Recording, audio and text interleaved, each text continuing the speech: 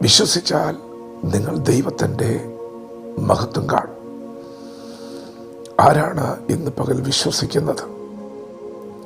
എവിടെയൊക്കെ വിശ്വാസം വെളിപ്പെട്ടിട്ടുണ്ടോ അവിടെയൊക്കെ ശക്തമായ ദൈവപ്രവൃത്തികൾ വെളിപ്പെട്ടിട്ടുണ്ട്.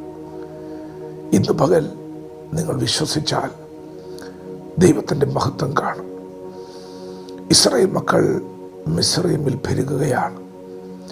യോസേഫിനെ അറിയാത്തൊരു ഫറവോൻ മിസ്രയീമിൽ ഭരണത്തിൽ വന്നപ്പോൾ ഇസ്രായേൽ മക്കൾ പെരുകി ബലപ്പെട്ടിരിക്കുന്നത് ഫറവോൻ കണ്ടു. അവർ മിസ്രയീമിൽ നിറഞ്ഞിരിക്കുന്നത് കണ്ടു.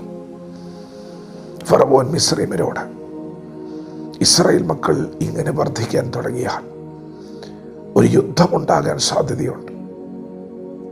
അവർ നമ്മോട് പൊരുതുവാൻ സാധ്യതയുണ്ട്. അങ്ങനെ ഒരു സാഹചര്യം വന്നാൽ നാം ഈ രാജ്യം വിട്ട് പോകേണ്ടി വന്നേക്കാം.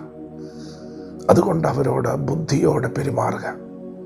ഫറവോൻ അവരെ കഠിനവേലകളാൽ അടിമപ്പെടുത്തുവാൻ തുടങ്ങി. അവരെന്ത് ചെയ്യണമെന്ന് ഫറവോൻ തീരുമാനിക്കാൻ തുടങ്ങി. കളിമണ്ണും ഇഷ്ടികയും കൊണ്ടുള്ള കഠിനമായ വേലകൾ ഫറവോൻ അവരെ മേൽ ചുമത്തി. അവരുടെ ജീവനെ കൈപ്പാക്കി. അത് മാത്രമല്ല ചെയ്തത്, അവർ വർദ്ധിക്കാതിരിക്കുവാൻ എബ്രായർക്കുണ്ടാകുന്ന കുഞ്ഞുങ്ങളെ, ആൺകുഞ്ഞുങ്ങളെ നശിപ്പിച്ച് കളയുവാനുള്ള കൽപ്പനയും പുറത്തു വന്നു. ജനം വലിയ ഭാരത്തിലൂടെ, ഭീതിയിലൂടെ കടന്നു പോകുമ്പോൾ എബ്രായരുടെ കൂട്ടങ്ങളിൽ ഒരു കുടുംബത്തിൽ വിശ്വാസം വെളിപ്പെട്ടു.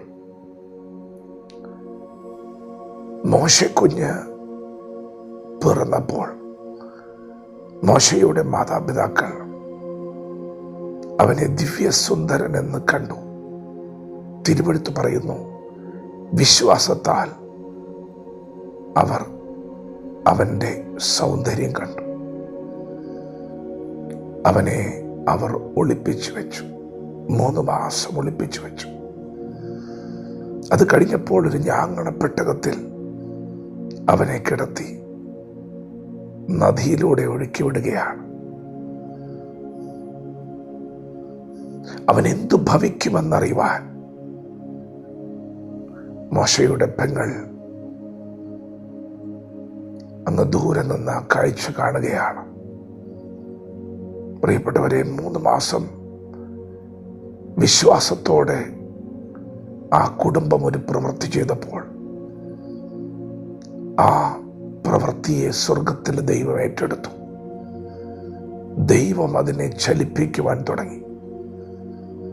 ആ കുഞ്ഞ് കൊട്ടാരത്തിൽ വളരട്ടെ എന്ന് ദൈവം തീരുമാനിച്ചു. അവൻ ഇസ്രായേൽ മക്കളുടെ നായകനായി തീരട്ടെ. സഹോദരങ്ങൾക്ക് വിടുതൽ നൽകുവാൻ ദൈവകരങ്ങളിൽ ഉപയോഗിക്കപ്പെട്ട ശക്തനായ ഒരഭിഷിക്തനായി മോശെ പുറത്തു വന്നു. എവിടെ വിശ്വാസം വെളിപ്പെട്ടിട്ടുണ്ടോ അവിടെ ദൈവപ്രവൃത്തി വെളിപ്പെട്ടിട്ടുണ്ട്. നിങ്ങൾ വിശ്വസിക്കുക. നിങ്ങളുടെ സാധ്യതകളെ നോക്കി നിങ്ങൾ പറ, ദൈവത്തിന് കഴിയുമെന്ന്.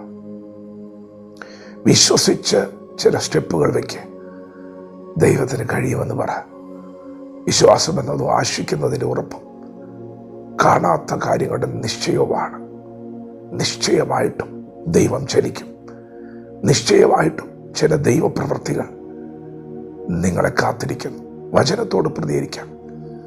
ദൈവം നമ്മെ ഓരോരുത്തരെയും പകൽ അനുഗ്രഹിക്കുമാറാകട്ടെ. ആമേൻ.